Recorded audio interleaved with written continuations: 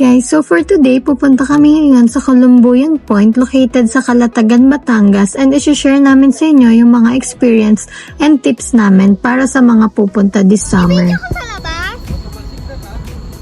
Yung view going sa Calatagan, Batangas is sobrang ganda naman talaga, and if malapit na kayo sa Columbuyan Point guys, i-reroute kayo ni Google Maps or ni Waze, wag na wag kayong papayag, doon lang kayo sa main road dadaan kasi gagaya sa amin, pinaliko kami sa sobrang sikip na street, sobrang lubak neto and sobrang tarik ng dadaanan. So yung piliin nyo lang na way is ito, ipipin ko. Petro, kumaliwa. Dito kayo mapapadaan if hindi nyo susundin yung pinin kong route kanina. So medyo mahirap, sobrang dito alikabok and sobrang lubak, although makakarating pa rin naman kayo sa resort. So ito yung kalsada, if dun kayo sa main road sa pinin ko kanina, dito kayo mapapadaan, may lubak siya pero maluwag yung kalsada. Ayan guys, so ito yung hilltop. Ito yung pinaka-entrance. Ito.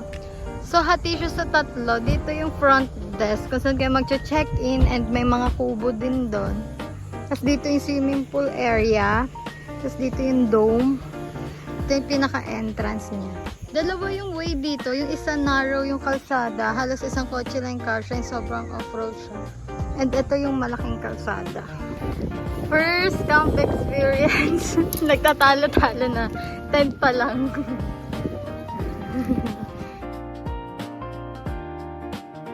So, nag-tent pitching nga lang pala kami dito kasi gusto lang din namin ma-experience. Although may mga rooms and kubos din naman silang available, ito yung mga current price list nila. So, I suggest guys na magpa-reserve kayo through their Facebook or through call kasi sayang naman yung punta nyo, medyo malayo and mahirap yung kalsada. Sayang if makarating kayo dyan, tas fully book na yung room and hindi kayo nakapag-prepare ng mga tents nyo. Medyo malalayo din yung mga iba pang resort na katabi nila. So here, ang nagastos lang namin is 2,250 for one night and yun, nakasama na dun yung access namin sa beach and sa swimming pool and itong tent namin. Also, yung parking is free siya. Check-in time. Nagbabaw muna kaming tent. Mag-swimming na kayo. Ilagay ko yung unan. Ben, maglakad na kayo tayo sa... Hi! Yung water nga pala nila dito sa pool is hindi salt water kasi meron kami napupuntahan sa Lobo, Batangas na galing sa dagat yung water. Pero okay din naman, hindi lang ganun ka-clear yung pool.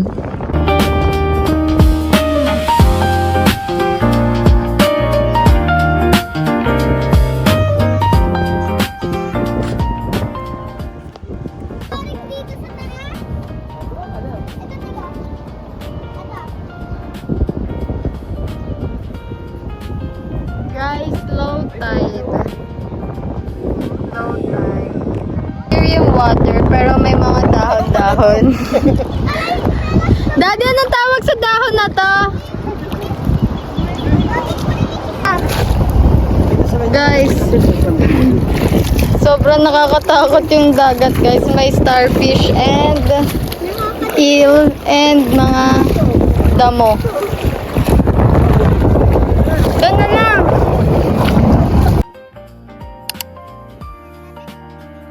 After namin mag-walking dun sa beach side, nagluto na lang kami ng dinner namin. May dala kaming sariling lutuan, pero meron din naman ditong ihawan and may tables and chair din na if mag-tent pitching na kayo, is pwede nyo siyang gamitin. Pero kasi sa amin, complete yung mga gamit namin. Guys, how's your experience? So, masarap yung tulog ko sa namin. Nagluto lang kami ng barbecue from Alpha Mart and bumili kami prutas sa nadaanan naming kalsada. Mura yung mango dito guys, 200 per 3 kilos. Mamaya pakita namin guys. Fried chicken.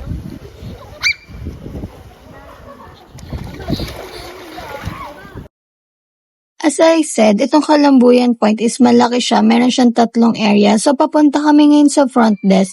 Yung front desk is meron dong cafe, meron din dong kubo and mga rooms, and meron din ditong pizza shop. And yung Columbuyan Point Resort is meron din silang restaurant. Ito din yung menu nila for your references. If order kayo and malayo yung pinag-i-stayan nyo, pwede kayong tumawag and i-deliver na lang sa inyo, sa room nyo or sa tent nyo, yung mga orders nyo. Oh, mateto.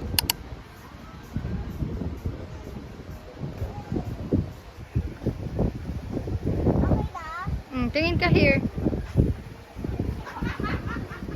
Gusto ko chocolate. Hi guys! So, ay iinom kami. What's your drink? Let's review their matcha. As a matcha lover, compare natin siya sa Korea.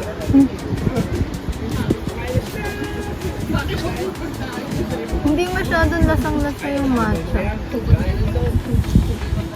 More on creamy siya. Let's review. So guys, so sarap nito. So 10 over 10. So, dito sa may area na pitch ng tent namin, malapit siya sa CR, malapit siya sa swimming pool, and malapit din siya sa beach. Medyo marami lang din kaming kasama dito, medyo crowded and maingay.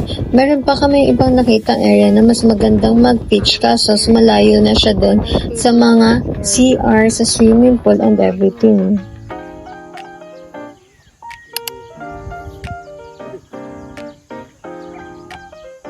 If kagaya din namin kayo na magte-tent lang din kayo, i-expect nyo na medyo makakarinig kayo ng mga ingay kasi yung mga tao sa paligid nyo, hindi ganun mababawasan yung noise comparing if meron kayong room.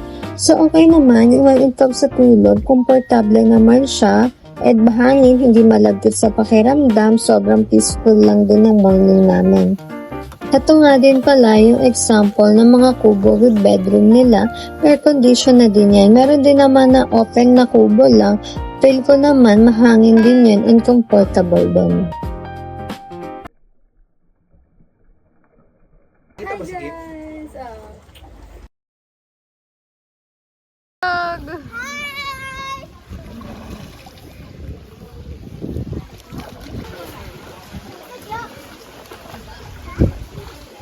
Guys, time check. Ano oras na di?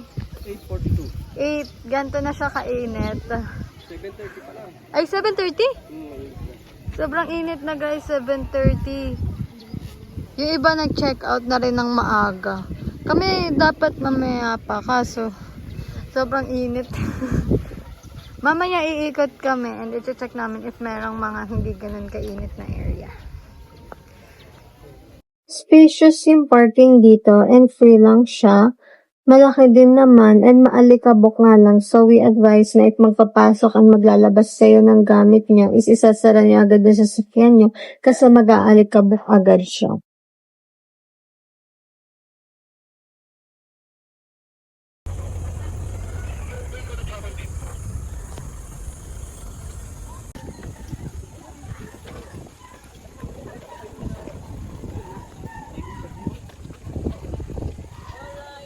For our overall experience guys, yung view is sobrang worth it.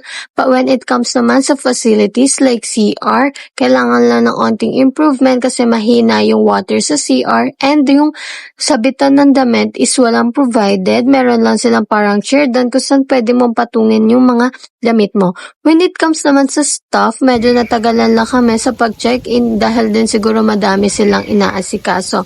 Sa mga activities naman, kagaya ng beach, medyo mahirap siyang languyan kasi mabato and madamo. Tapos yung swimming pool naman is medyo madumi na kung ma-observe nyo din, hindi na rin siya na room, may mga dome dyan. Sobrang taas niya. So pag bababa kayo going to pool and naakyat, medyo hingalin kayo. And yan, ingat lang kasi walang harang.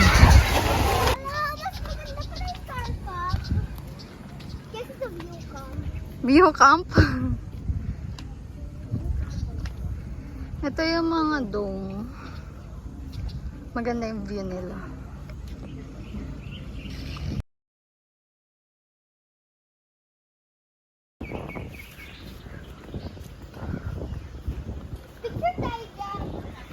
Guys, ito yung view sa car camping.